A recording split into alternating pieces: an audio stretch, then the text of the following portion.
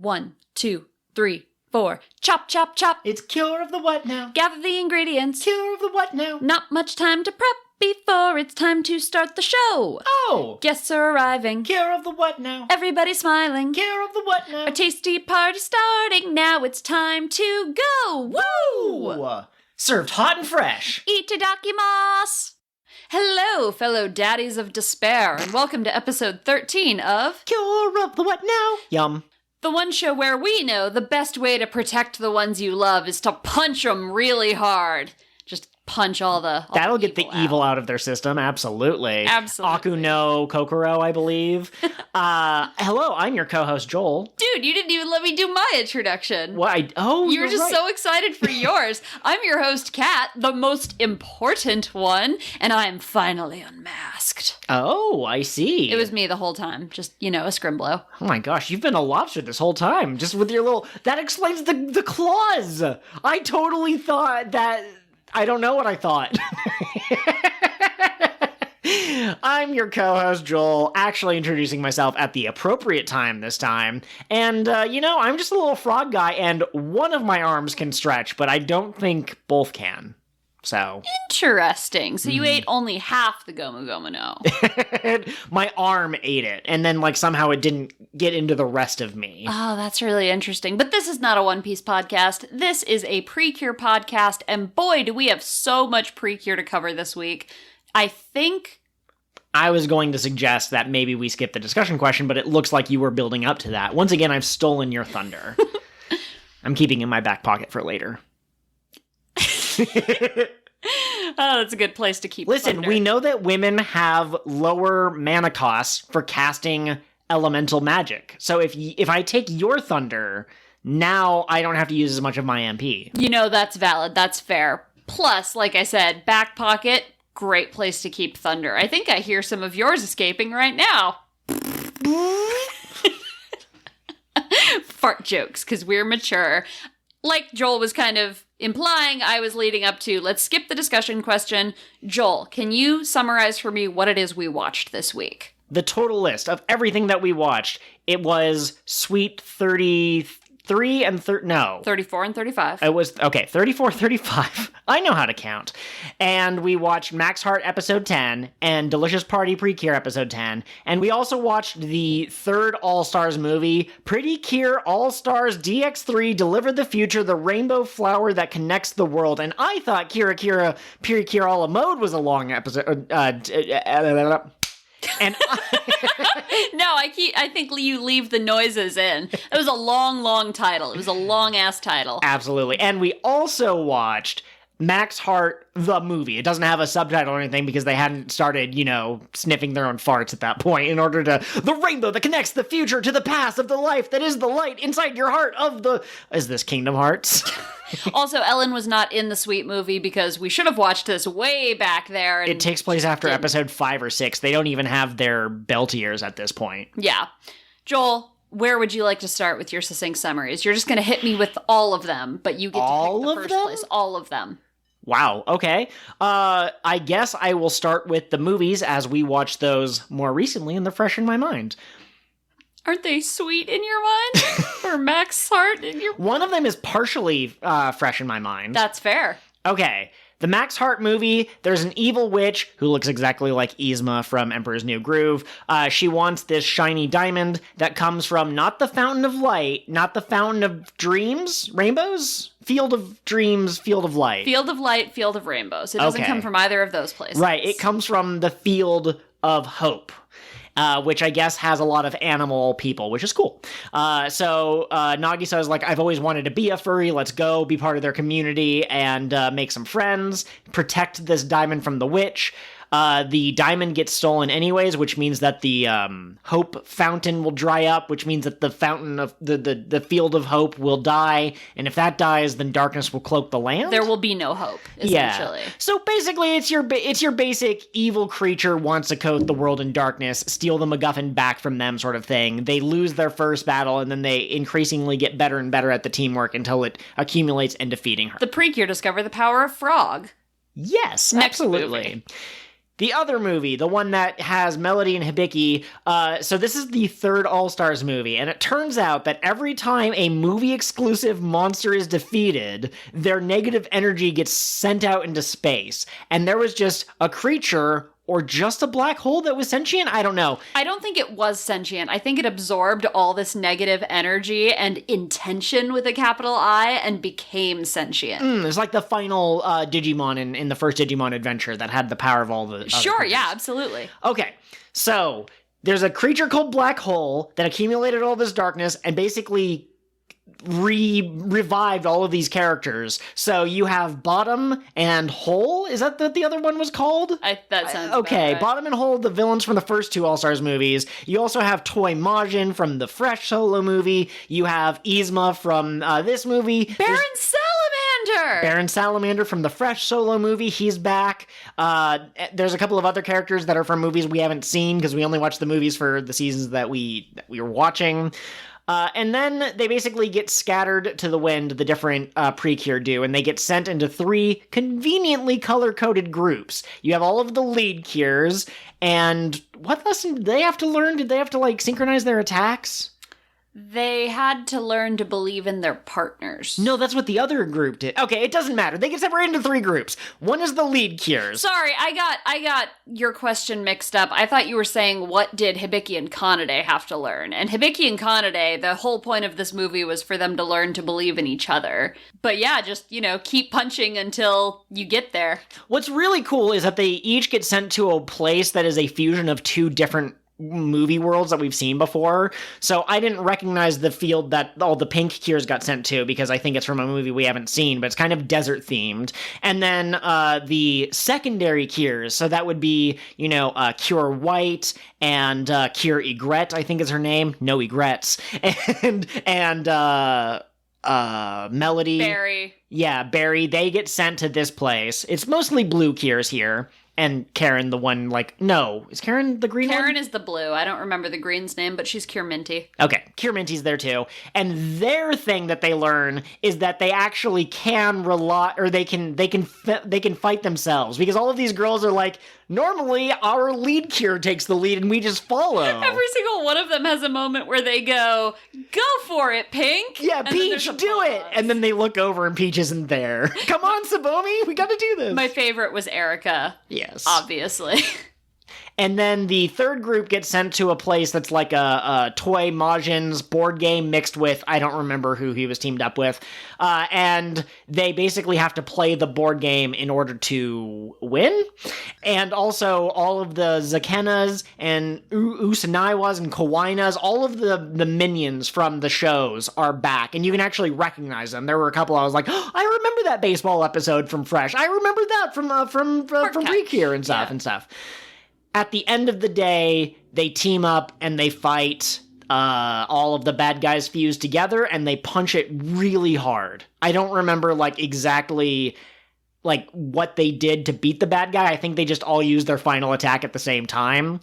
But it comes at a cost. You see, the jewel thing, the flower that the monster wants, is what connects all of the different worlds. That's Sweets Land, that Tart comes from in Chiffon. It connects the place that Mipple and Meppel and Poloon came from.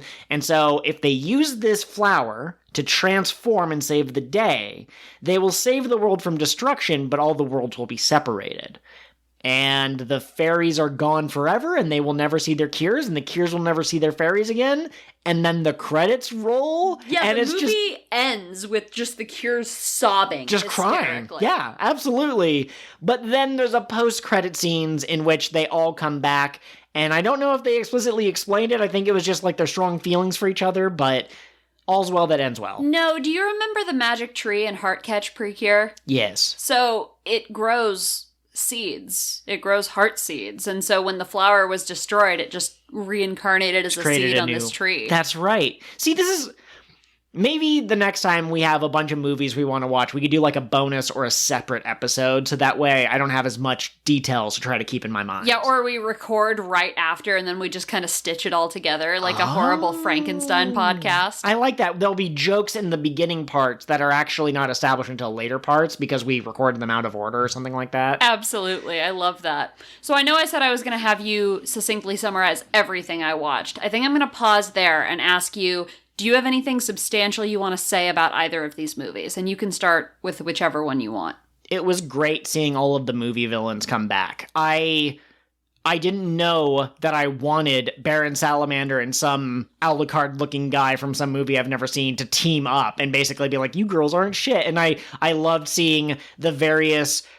because they basically, the lead cures kind of paired off, so they kept, like, there were two that were always next to each other.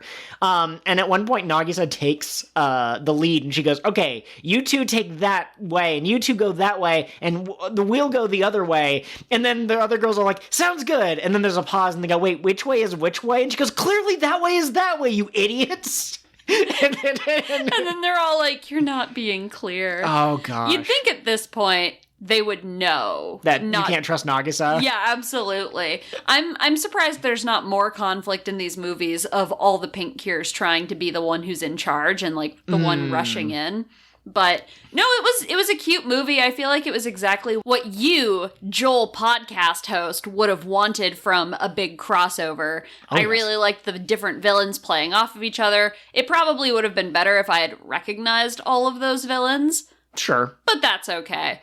I could see how this would be a moment of extreme hype for people who saw each of these series and all their movies. Well, and honestly, I can't remember if we talked about this on the podcast, but we watched Glitter Force, and I was like, this is okay. It's not my jam or whatever. But then we later saw clips from the All-Stars movies, and Hugto has some crossover in it as well, and that made me so excited that I was like, I want to watch these movies, but I won't understand the context until I've seen each individual one.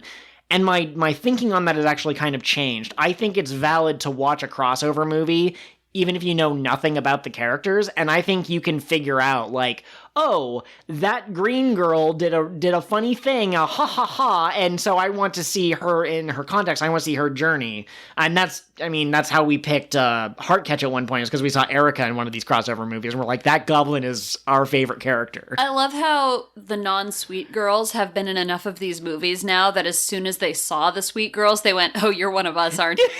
I think that... Are they... You know. PreCure?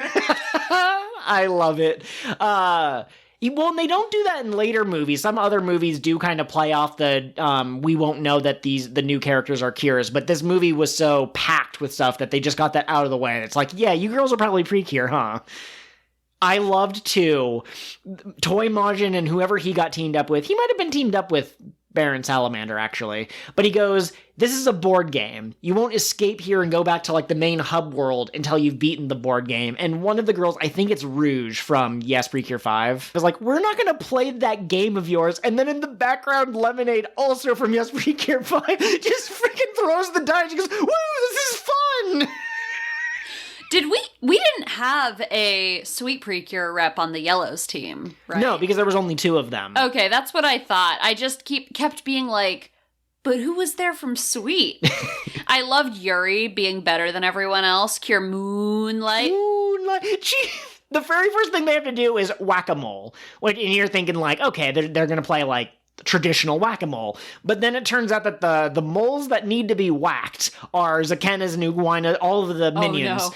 And Yuri just... Moonlight, at this point, she looks at the hammer, and she just takes out the first Zakena by bonking on the head, and she goes, girls get to whacking, or something Don't like that. stop whacking. It's just to see the Cures wielding giant hammers that still make the boop sound when when you hit people. It was so good. I love Toy Majin is such a unique idea, and I kind of want an entire season that's just a board game of some sort. I also love how furious Love was. Yes, because she got Toy Majin his happiness. So how dare they use his sorrow? Oh yeah, that was at the very end of the movie. All of the major villains come back together, and they are taking on their final forms because they all have final forms, strangely enough. They all have 2 health bars, Elden Ring style.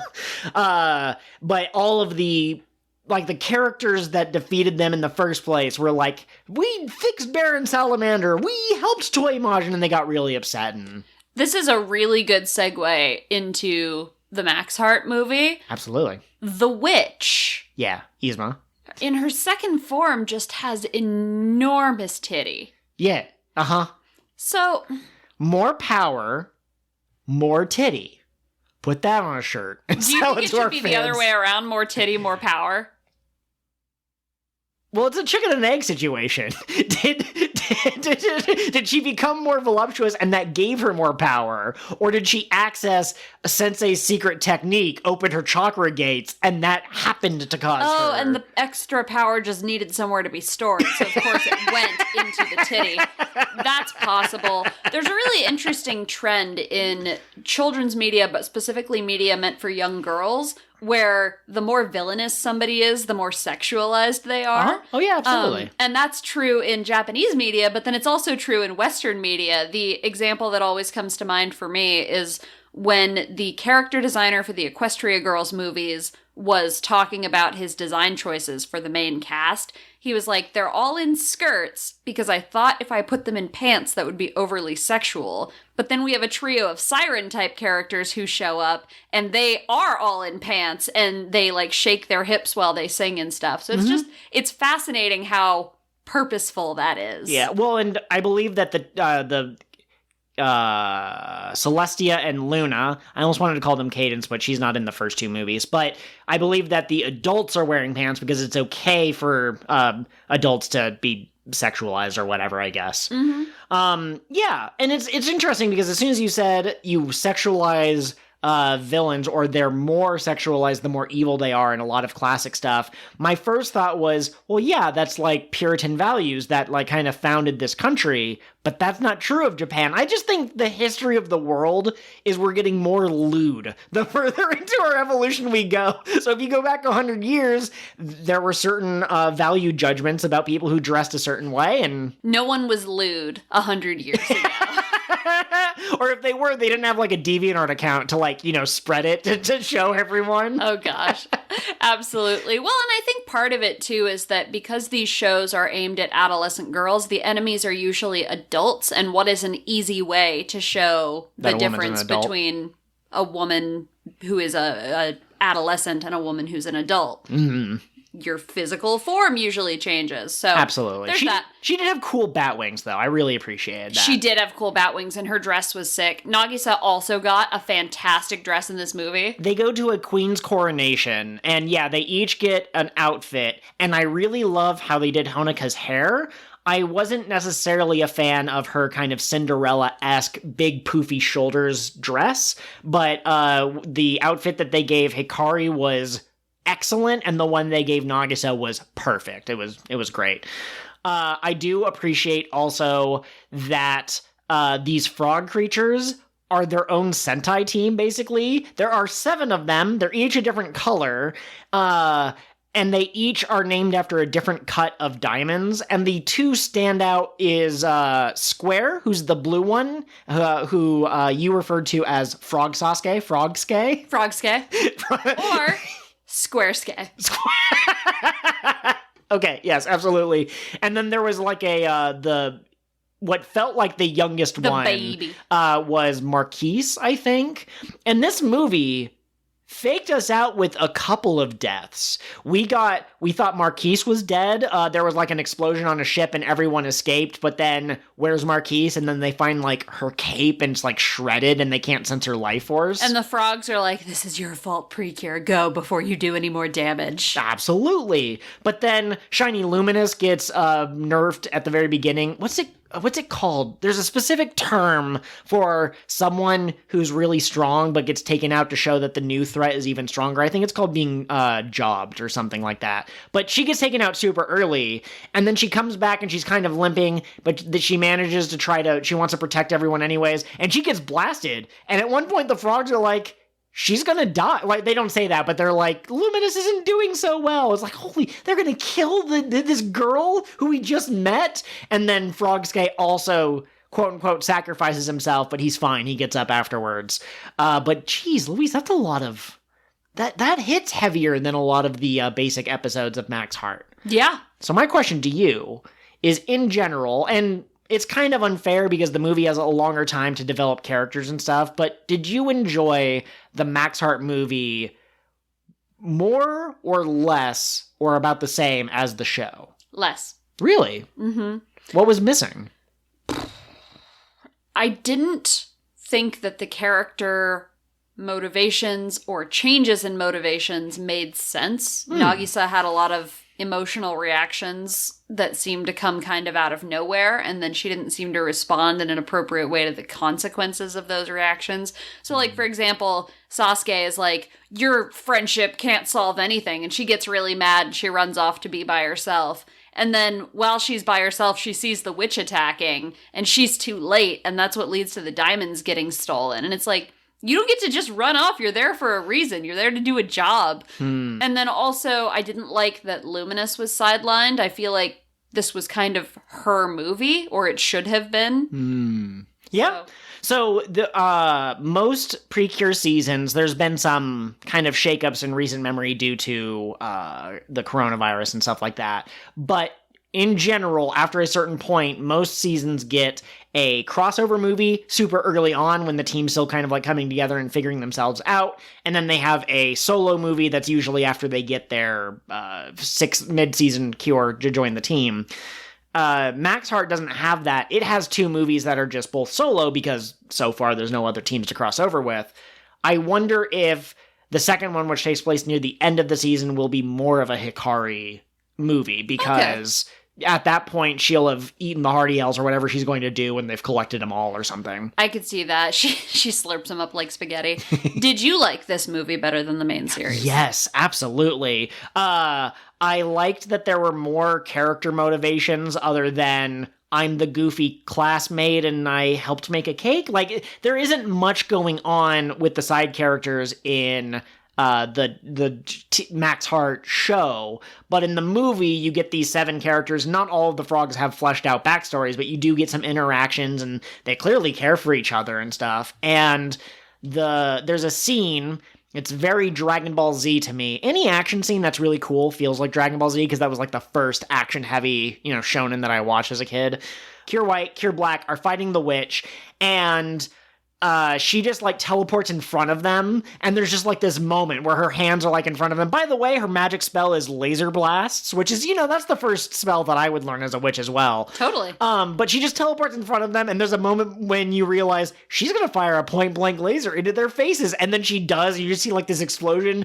It's so cool. Or there's a part where I keep today wanting to call Nagisa / Cure Black Pike, because Pike is the biggest fan of Cure Black online. But there's a part where Cure Black does this like Looney Tunes like wind up punch and just decks the witch, and then the wall behind her like cracks, and then later when she takes on her big form, that part of her is still hurting. She's still limping, and the frogs are like, if you hit her in the weak spot, she'll explode. It's just like blah blah blah blah blah. That was pretty cool. It was. There were a lot of elements to this movie that I think were good. The fight scenes were really spectacularly animated, particularly when you were involving the frogs and their stretchy punches. Oh yes. Somebody at Toei worked on One Piece is all I have to say. Quite possibly. The one last thing that I do want to say is near the end of the movie, when the girls realize that, the power of friendship will unite us, there's 2 references, one of which can't be a reference because I'm pretty sure that this movie came out long before it happened in Dragon Ball Super, but all of the frogs and a weird prince guy, not weird, but a prince who strangely looks like Fuji P. Fuji P's in Max Heart? I haven't seen him since episode 1. He just disappeared. But anyways, they gather around. He didn't disappear. They said in the first episode that he was like in college or high school or whatever. Okay, I was under the impression that they developed the Nagisa Fuji P relationship in Max Heart, so like it's weird that he's been gone. It makes sense now that you reminded me, but my point is, all of these people gather around the fallen PreCure, and they're going to give their energy to Black, White, and Luminous, and that's the Super Saiyan God ritual. I mean, that's just wrong. Well, and then they take all these warrior emblems, the little diamonds the frogs were wearing, and they turn into supersonic. They're gold, they're flying. They ascend into the sky as the 7 gems circle around them. Each gem is associated with a different color because of the frogs, and then they get a golden aura. Like, that is supersonic for sure. Hey, Joel, you liked this movie, you said, yeah? Sure, yeah. Great. I have an awesome recommendation for you. If you liked this movie, you should go watch Sergeant Frog. Yeah, absolutely. It's an anime. It's got cute frogs. That's it. Yeah. That was kind of one of those, like, wacky, zany shows that, like, broke the fourth wall and stuff like that pretty regularly. Yeah. Joel had a roommate in college who introduced it to me, and that roommate and I really liked it, but Joel never quite watched enough of it to know what was going on. No, I've seen, like, a total of, like, 5 minutes of the show total, but yeah, absolutely. Did you have any other thoughts on the movies that you wanted to share? No, I don't think so. I hope that I know that these movies are fairly short and they're for a younger audience, but I'm kind of crossing my fingers and hoping that Max Heart movie 2 is not just there's a bad guy who wants to do evil. It would be interesting if there was something a little bit more nuanced. Like maybe they meet a character who's teetering on the edge between light and darkness and they try to befriend them and help them be a good character or something. I'd like that a lot. All right, we will get back to the next episodes after the break. Whoa!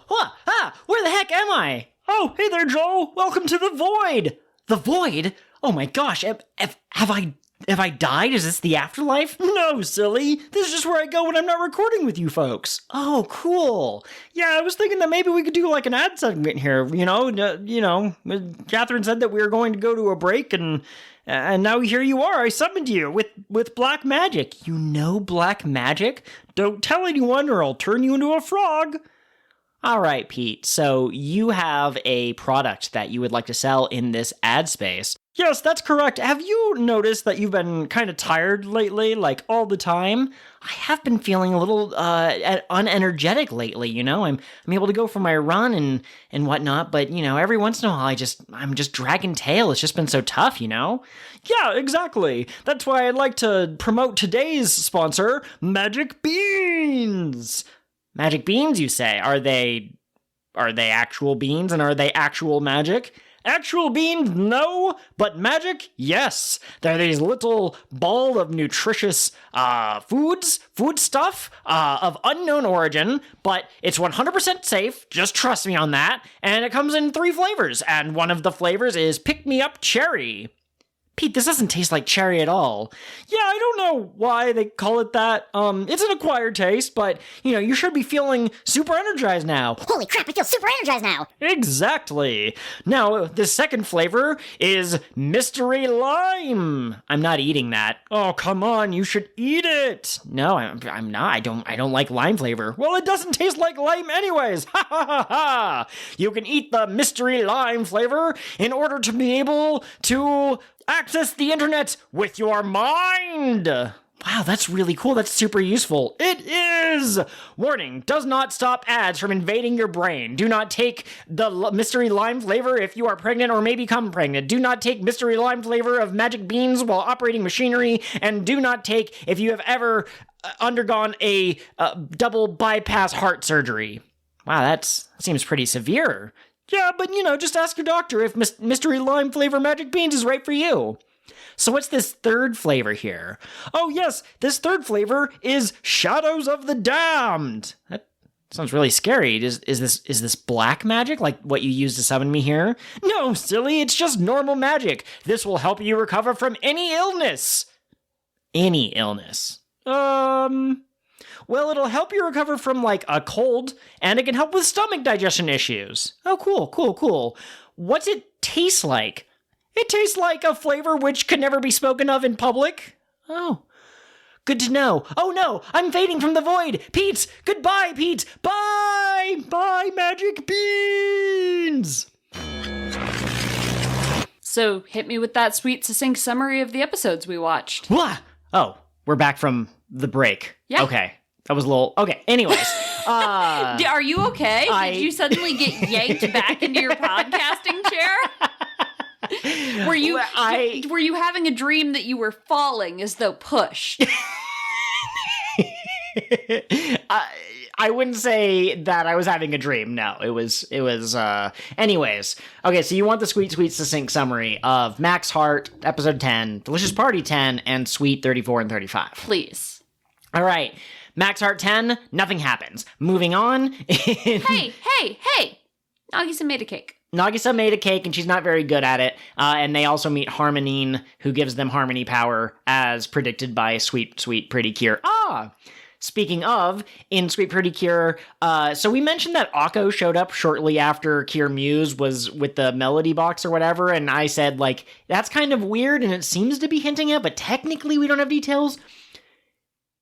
Hibiki wonders who Muse is and what her goal is, and then they see Akko helping a cat out of a tree, and Kanade goes, I bet Muse is kind, just like Akko. What a weird thing to say. Especially since this is the only piece of evidence they have that Akko could possibly be a kind person.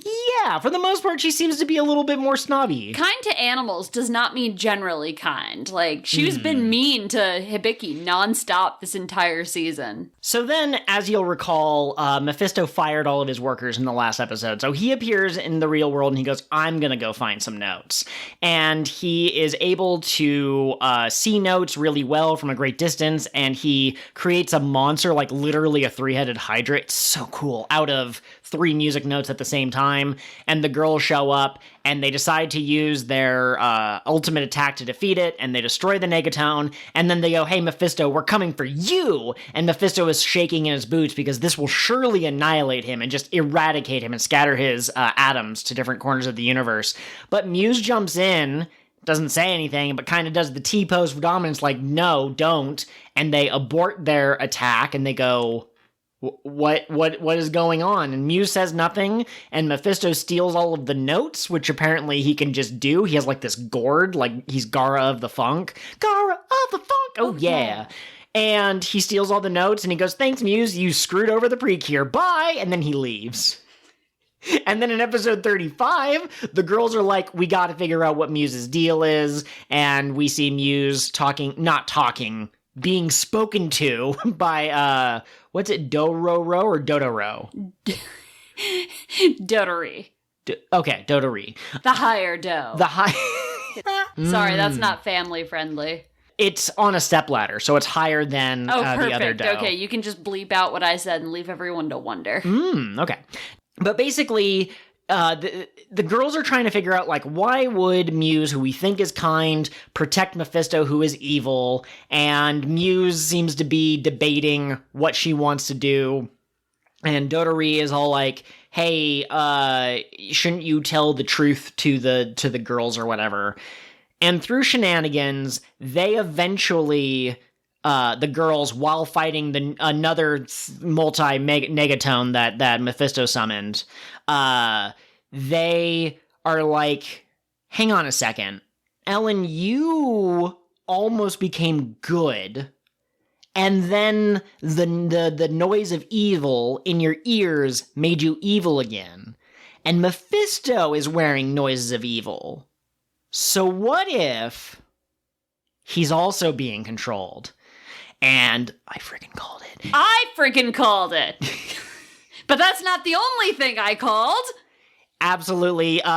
Muse shows up and takes off her outfit, and she reveals that she is in fact Akko, and she is in fact Mephisto's daughter. So PreCure is not always subtle. You know, when I was watching Kira PreCure a la mode... longest series title ever. I knew you would want to say that, so I had to give you adequate pause. But when I was watching that season, I knew that Giulio was probably CL's twin the moment that I saw CL. Because I was like, haven't they mentioned twins before? And don't they look awful alike? And isn't there a fairy in the opening that looks like CL in her fairy form, but isn't that?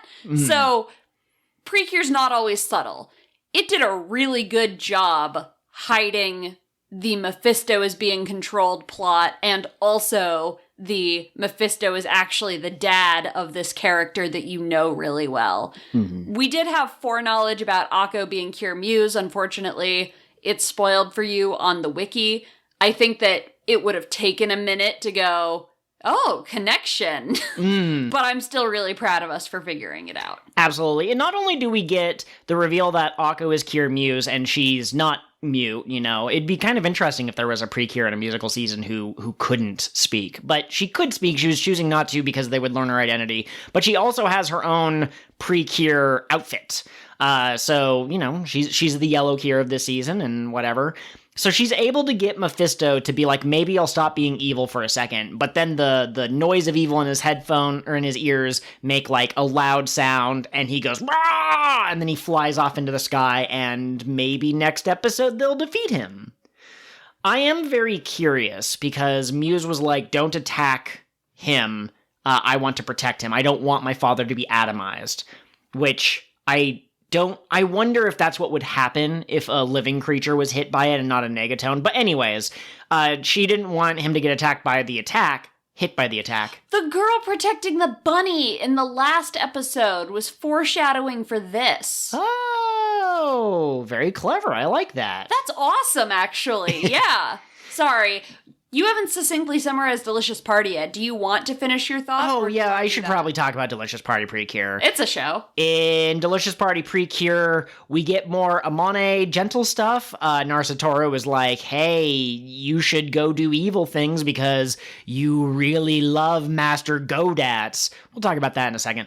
So she goes to a restaurant, and she runs into the girls. She recognizes the delicious smile from Yui, and she goes over, and they're really excited about recipes. They're like, oh man, how many recipes have you seen? And they're like, I've seen so many PPs of the recipe variety. I don't know why I thought you were going to say how many recipes can you fit in your pants. How many recipes can you eat? Oh, yum, yum. But anyways, President Amane comes over, and they're like, oh my gosh, you can see recipes too? Isn't that cool? And she's like, y'all bitches need to study. Y'all bitches need Jesus. And she kind of like walks off, and Yui's like, what was that? Peepees are pointless. Yeah, and Mary's like, what is this? Like, everyone's a little like put off by this. So Gentle creates the Ubauzo. It reminds me of, is it the German word for cow? No, it's the sound the cows make. Instead of moo, it's oozao, according to Family Guy. I don't know how accurate that joke is. But anyways, she creates the frying pan monster, which I think was from episode 1. But then Narsatoru told Gentle that she can pour her own evil energy into the bento box and increase... Seems like a trustworthy guy. I would do what he said. Absolutely. We'll talk about it. So she pours her energy into the thing because she hasn't seen Cure PreCure a la mode, longest series title ever, and she makes the Ubauzo stronger, and they can't beat it. It's really powerful. Ran eventually gets a sneak attack, but it can like superheat itself. It has bigger horns, and eventually the girls give an impassioned speech, and they summon the Heart Juicy Mixer, which is their combo attack, I guess, except it's not, because Yui still has her own individual attack. It's not a combo attack. It's like their wand for this season. But it's not a wand. It's a gun and a food processor at the same time. So Imagine doing like an infomercial for that. This handy food processor is not just able to cut up carrots quickly, it can also take out the enemy. It slices, it dices, it protects your property rights. It slices, it dices, it busts a cap in a hoe. Anyways, so they get their wands, and Yui/Precious unleashes her newest attack, Delicious Precious Heat. I love the pun of the heat, referring to having a firearm, but also heat used in cooking, and that's the end of the episode. Narsatoru goes, I have an idea for what I'm going to do next episode, and then he walks off to go do creepy vampire stuff. And those have been your Succinct Summaries! Fantastic. All I have to say about Max Heart is that Harmonine is cute. Yeah, Harmonine's pretty cute. I like it. So I want to throw in a sweet soundbite here from that one welder guy, James. He asked in the Discord, he was like, does anything ever happen in these episodes? Or I feel like nothing happens. No, because, he hadn't watched 10 in order to give his sweet soundbite. And we were like, you can skip it. Like, it's fine. Mm-hmm. And so it's it's gratifying to know it's not just us, you know? Absolutely. I think if this season is your favorite, I can see why, particularly if you were very enamored with the first season, because this is just more of that. But like I said last episode, I think I would be having more fun with it if it were just a slice of life show about having a goofy fun time being teenage girls and trying to balance life and boys and whatever else, rather than trying to shoehorn in all of the superhero stuff. Absolutely. I don't want to be too negative on this podcast, so I just want to state this kind of once, and I don't want to overstate it. I don't want to harp on it, but I just want to be clear. I don't like Nagisa or Honika or Shiny Luminous, whatever her name is in her normal form, Hikari. None of them could carry their own show, in my opinion. I would love to see more Setsuna. I would love to see more Ellen. I would love to see more Lala or Elena. But these three just don't do it for me. So a show that focuses entirely on their relationship, if you like those characters, I could understand why you might like it. But the other thing I will point out that I do like is that the generals actually have back and forth personalities and they have jokes. The big pirate guy whose name was something, he, like Uriganos or something, he keeps leaving when Dracula is explaining things, and Dracula keeps going, don't walk off with it before I finish. And then in this episode, they're arguing over who should be allowed to eat cake or whatever. Like the Viblis is all like, Uriganos, you can eat my cake. And then he picks it up and she goes, but don't eat that. And then he puts it all in his mouth and he goes, the strawberry, no! Who told you could have the strawberry? And as I explained to Joel, strawberries are extremely expensive in Japan. Yeah, they're not local to Japan, right? They can't grow in the... Okay. Yeah, pretty much all produce is expensive in Japan for that reason. Like, very little is locally grown there. It's absolutely. an island. Yeah, totally. They got fish and fish accessories. Is seaweed a fish accessory? Yeah, obviously kelp or seaweed is fish accessories. That's why you wrap the fish in it for sushi. Today's cooking wisdom from Joel, who does not cook very often. Do you remember Wisdom? And when he and Choro were in this show, where did they go? Did they just go back to the Field of Light? I think they went back to the Field of Light and they were playing Go. You know, the Japanese... I miss them. I was having fun with their antics in the background, like trying to chase down the Hardy Elves and keep them from getting lost. That was the best part of the show. But I will say, I think the comedy in this season is really good. Like, the jokes pretty consistently make me laugh, particularly between the villain trio. So, there's that. You want to talk about Sweet? Yes, absolutely. Did you like these episodes? I loved it. Okay, absolutely. Yeah. I will say... the shift in Akko's character was a little jarring. Like, she almost became more childlike when she was talking to Mephisto. And I guess that makes sense since he's her father and we tend to kind of infantilize ourselves a little bit around our parents to one degree or another. But she's just painted herself as this mature, uncaring person for so long that I expected her to be a little less soft. Yeah, and I could totally get that, but I think what it is that she has walls up normally, and when she's around her dad or she's being vulnerable, she puts the walls down, and that's like her true self. But I do agree, I kind of wish we had other instances of her being a little bit kinder, even if it's just with Soda. Like, maybe she's frustrated around the older girls, or maybe because she knows that they're PreCure or something, there's some kind of hang up there. But when she's around Soda, if she could like actually chill out a little bit, that would be nice. Absolutely. I'm also curious why her dad being possessed by evil made her weird about friends. Because those aren't the same relationship. So maybe we'll get more Akko backstory, I assume, in the next episode. Yeah, absolutely. Do you think there's enough time to really flesh out her character? I wouldn't say significantly, but I could see a flashback. Sure, yeah, absolutely. Because we're on episode 36 and 37 next week, which is quite close to the end. I think there's 48 for Sweet. But anyways, we'll probably get a pretty abbreviated backstory, but... you know, not all characters need super elongated backstories. Man, if we continue watching these kind of in order, I believe Smile PreCure is next. It might be, yeah, absolutely. That's the one we watched Glitter Force of. I briefly proposed to Joel off mic what if we watch the next season with no subtitles? I'm not completely against this, to be honest. I think it would be really interesting to, like, puzzle out what the plot of the show is. In episode 34, Mephisto says something like, there's nothing in this world worth protecting. But then in 35, he sees Akko and it makes him hesitate. He's like, Akko, what are you doing here? And she's like, Papa, I know you're a nice papa deep down in your papa heart. She says the word papa a lot. Which obviously indicates that he is, in fact, a potato. Because papa is the Spanish word for that. Or he could be the Pope. I'll let you decide. The Pope of Evil. He doesn't have a big enough hat. Absolutely. But then the noise of evil sounds in his ears, and instead of attacking, he flees. So clearly, there is something worth protecting in this world. He just maybe forgot about it. Well, I mean, I believe that when Siren was still being evil and being controlled, didn't they alter her memory so that, like, Hummy, like, screwed her over or something? So I wonder if Mephisto, under the control of whatever the puppet master is called, has changed his memory. But, like, he couldn't square his fake memories with the real memories of this very real woman standing in front of her, or whatever. She's not quite a woman. She's not old, but you know what I'm saying. Girl is the word daughter. you're looking for.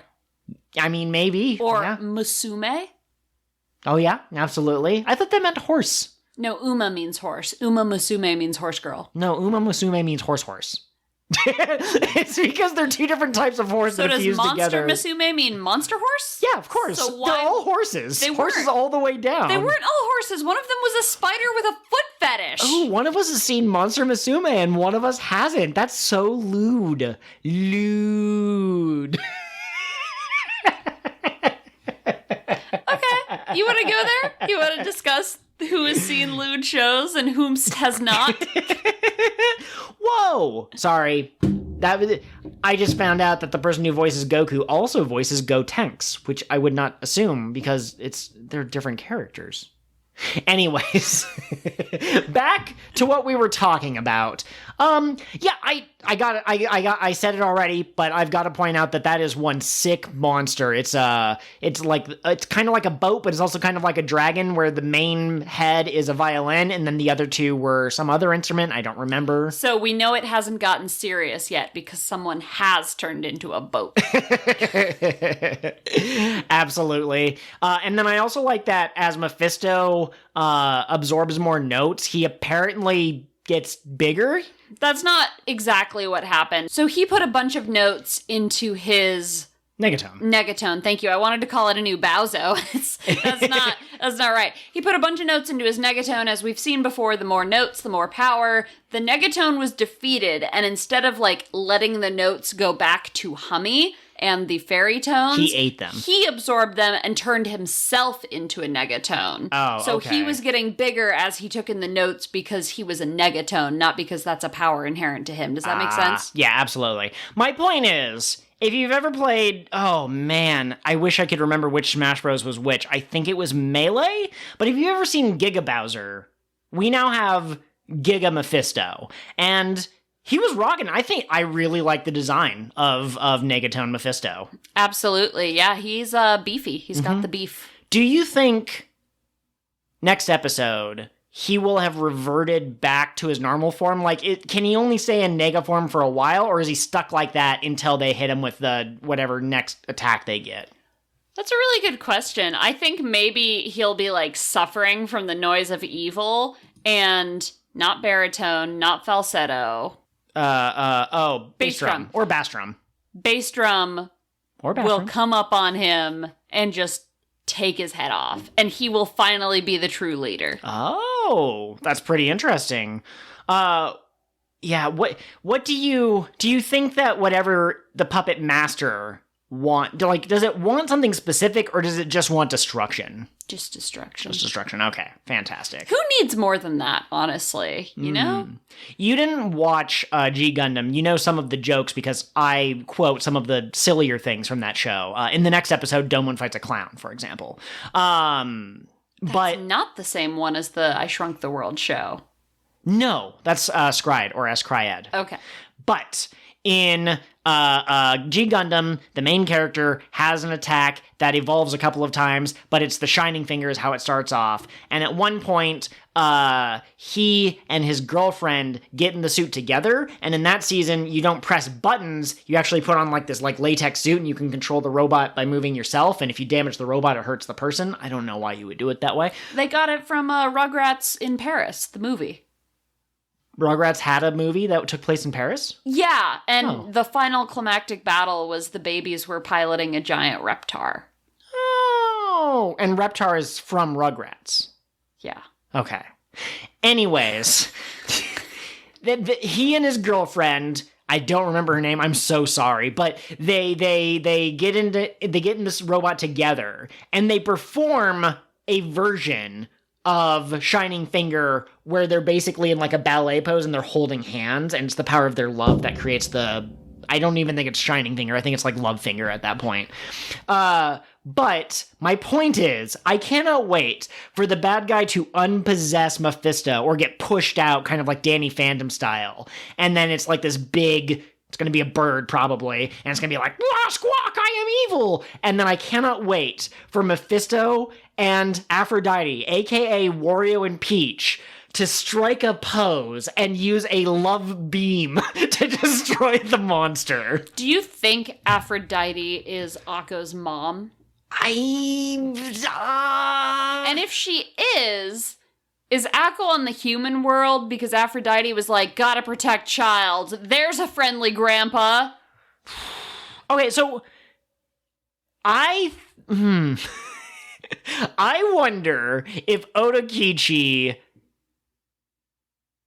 is her biological grandfather, and is he the dad of Mephisto or is he the dad of Aphrodite? That's what I'm saying. Like, I think that Aphrodite was like, gotta send her somewhere safe. That's a man who looks like he'll adopt grandchildren.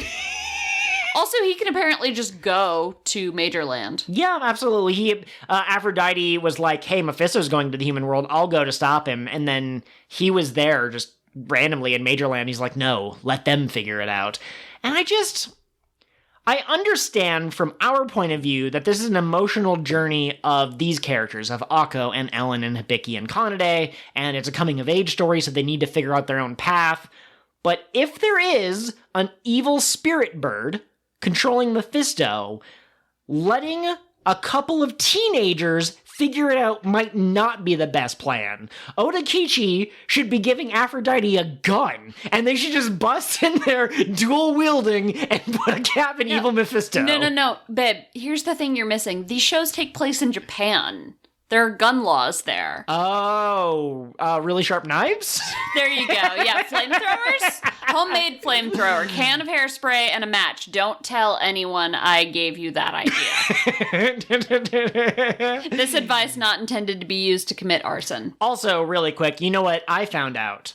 Tell me. Next week, we're going to the movies again, because the Sweet Solo movie takes place between episodes 36 and 37. Oh. So we'll be covering it next week alongside 36, 37, and then one episode of Max Heart and one episode of Delicious Party. If they got on a rocket ship, we'd be going to the Moonvies. Cure Moonvies lights. Anyways, we're getting a little silly. I'm very tired. Do you have any other thoughts from these episodes? I do not think so. Okay. We have another line from Mephisto that I wrote down. And that one welder guy, James, also was like, what the heck? The only feeling music should bring out is discomfort. Okay, so here's the thing. I have seen it argued that art should be uncomfortable. Art should make you question social norms. Sure. I don't think Mephisto is saying that. I think he's just edgy. You don't think he went to a private art institute or whatever in order to learn? No, I don't. Oh my gosh. What if the reason that The Noise of Evil was so seductive for him was because he tried to get into music college and they were like, you're just not playing the music, Mephisto. I'm also very curious to learn his backstory a little bit. Like, Did he go into the forest of evil to get the healing chest, and in the forest was an evil spirit bird that possessed him? Was it his avarice for the healing chest? Did he audition for a play and Aphrodite auditioned for the same play for the same role, and he lost, and that jealousy was what opened his heart to evil? Did Akko tell him that he doesn't know how to properly cook an omelet, and that broke his heart, and that's what led the evil in? I think it would be unsatisfying if the answer is just he was possessed one day. I hope that there is an event that kind of precipitated everything happening. Yeah. No, and maybe if you're saying that, send Akko to the human world because you'll be safe there, maybe the event that possessed Mephisto is the same event that caused Akko to have to flee to the human world. I could see that. If you do not have any other thoughts on Sweet PreCure, can you tell me, did you like Delicious Party episode 10? I like the design of the stronger Ubaozo, and I like the bento box kind of transform that Gentle was holding. Also, I can't tell if the bento box is supposed to look like it has kind of like devil horns, because the Ubaozos in their first form had like little nubbin horns, and then in this upgraded form they have more like classical like bull horns that you would see on a Satan character or something. But the way the bento box looks, it almost more looks like cat ears. Yeah, no, breaking news bulletin. Godats is not a badger. Godats is a cat. Their island, or something, their castle maybe, we saw something when it was zooming in. I'm pretty sure it was the land that the castle's on. It's cat-shaped. The box is cat-shaped. He's got the little whiskers. Officially embracing Godats is a cat vibes, Godats is a badger vibes are dead. Although I think that would have been awesome because badgers are very cool and mustelids are incredible. Oh my god, badgers are mustelids. You've told me that before. Yes, name all North American mustelids right now or we cannot continue the podcast. Ferrets and weasels? Black-footed ferrets are indigenous to North America. Cool. Anyways, I hope that he's a cat, and I hope that he knocks at least one glass of water off of a table at any given point in time. But we have 3 cats, and I would say they're starving at all times, so him wanting to possess all the food makes perfect sense to me now. I hope that he's the stereotypical fat cat. Like, I've heard that stereotype from Garfield actually makes people want cats less because it makes them think that cats are inherently lazy and, cats have a variety of personalities. But I just think for a creature obsessed with food, I would love him to have, like, a little chef hat, and he's just, like, this giant creature that can barely move because he eats all the time. Oh my gosh, I want him to use a cannonball attack. Oh, yes, absolutely. If he's a round boy.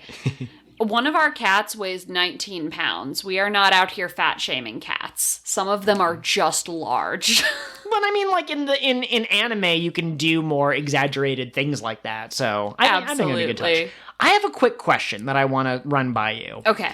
Is Amane aware that she's gentle or not? Because last episode, let me just give the details. In the last episode, Gentle was, like, holding her head like she was having some kind of a breakthrough, and at one point the Ubaozo was going to attack, and then Amane from inside of her was like, no, don't, and that caused the monster to redirect its attack, and then Gentle kind of, like, took over. But in this episode, Gentle sees a restaurant, takes off the mask, and transforms into Amane, and is cold to Yui and them, which Amane, if she was unaware of who Gentle was, wouldn't. So, like, which is it? I think she's aware. Okay. I don't know what her motivations are, but I think that she knows that it's happening, and she doesn't like the pain that it's causing, even though she's not opposed to the general being a part of a gang called the Phantom Thieves. Amane, what's your deal, babe? Yeah, so I came up with this weird idea, and it wouldn't have occurred to me if we had recorded right after watching the episode. It's only because I've been turning it over in my head trying to puzzle it out. Maybe Amane is not aware that she is Gentle, but maybe Gentle is aware that she's Amane. So the Amane we saw who said, recipes are dumb, y'all are stupid for caring about it, maybe that was Gentle pretending to be Amane. And then Gentle in battle, when Amane says, don't attack, that's the real Amane coming to the surface for half a second. Okay. That's just kind of my theory. We'll learn more about it as Narcisoro is explored. I have a really terrible niche joke that you might not even get. Are you ready? Sure.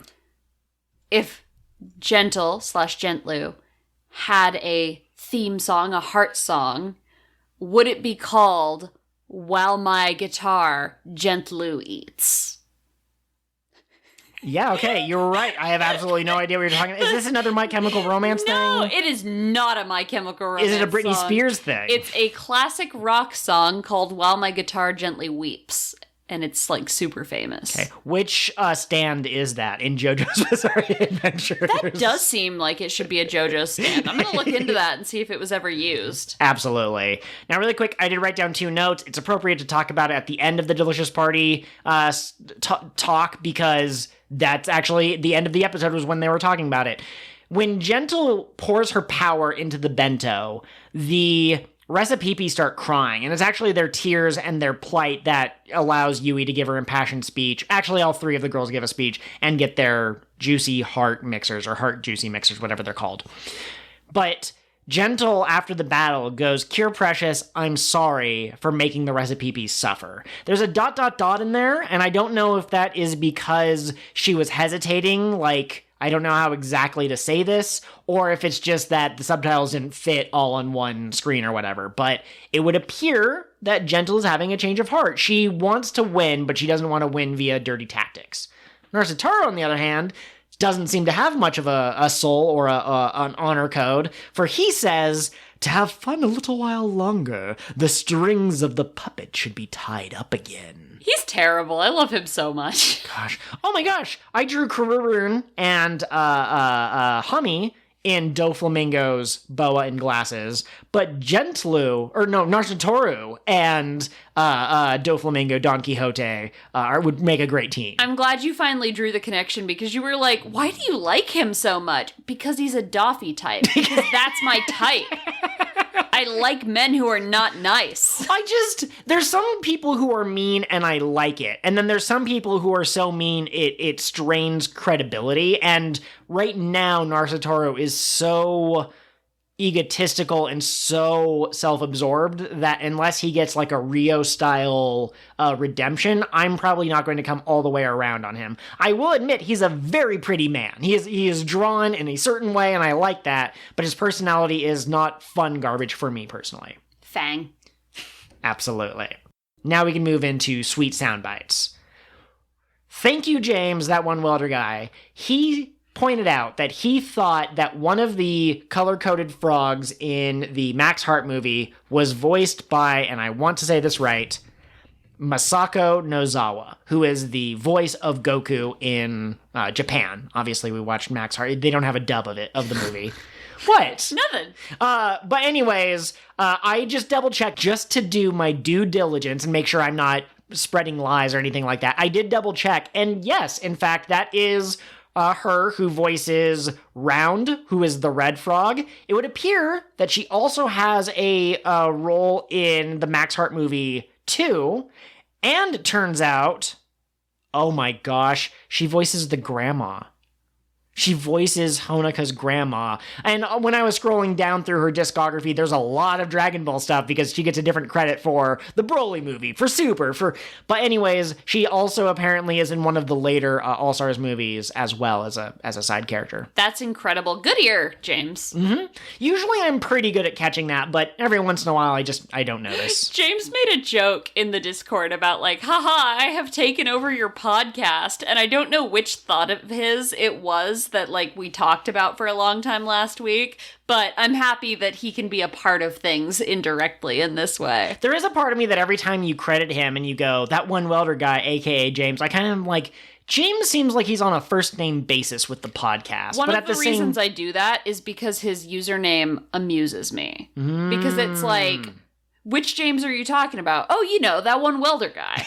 Absolutely. Well, and in the future, if we have other people write in, I think that we're probably going to know them better by their alias than by, their first name or whatever. And also, if you want to give him a follow, he is that one welder guy on Twitter.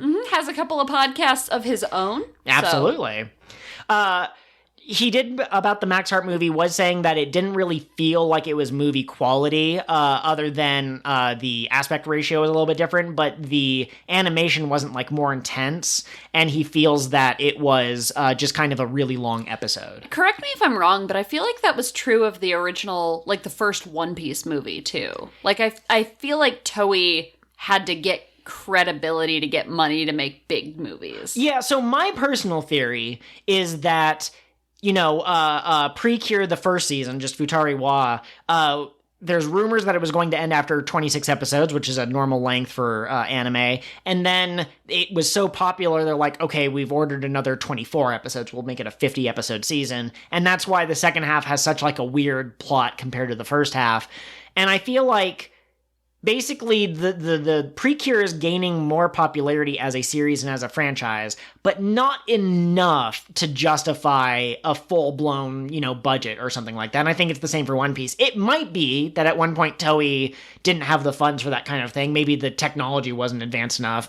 But I think eventually, as PreCure proved itself as a franchise and as Toei grew as a brand, future movies look a little bit more like movies. Absolutely. James's theory about what happened with it not looking like a proper movie is that they spent all of their money getting Goku to voice the Red Frog. I would love, and this would be such a dumb deep dive, but if they had gotten the red one and the blue one to be voiced by Goku and Vegeta respectively, oh, that would have been and the blue so one being good. the tsundere one would have been so perfect. Yes. Speaking of James's thoughts on the movies, I love the way he phrases this. The ending had stills of the girls crying, which was kind of an odd choice. Yeah, well, and, you know, he was like, and I blame the MCU for having an end credits thing, because that's when they show the fairies coming back, and, yeah, absolutely. Poland will appear in, whatever. You were a more emotional child than I was. I don't think I would have left this movie crying. Do you think it would have gotten to you?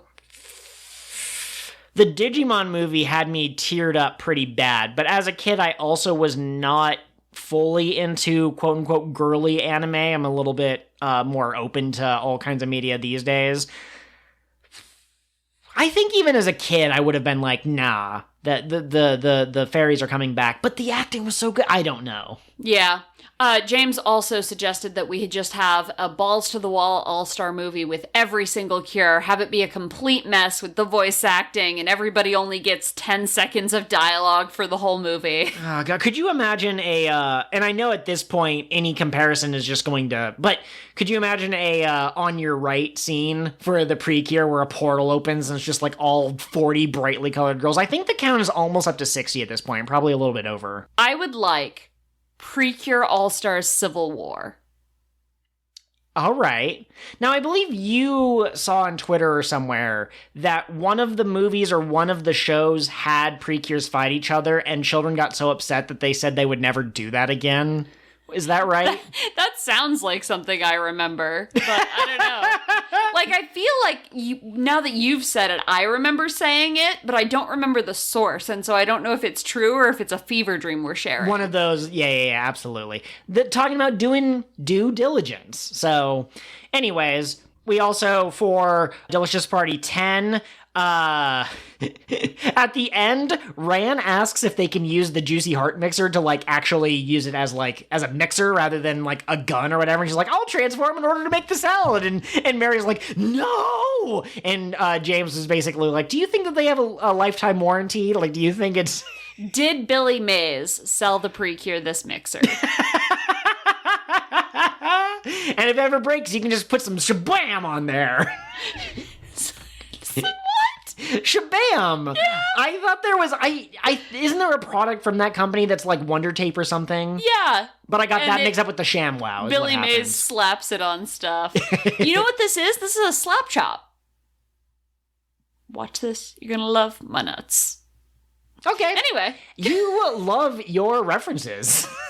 Oh, we were talking about whether we liked this movie or not, and I said something like, kind of, the Ubazow's kind of cool, but one thing I did notice is this episode felt really short. Like, the fight started, and they threw a couple of punches, and then they got knocked to the ground, and then they started getting up, and I was like, wow, has it really already been, 18 minutes? And it had been. It was a super short episode.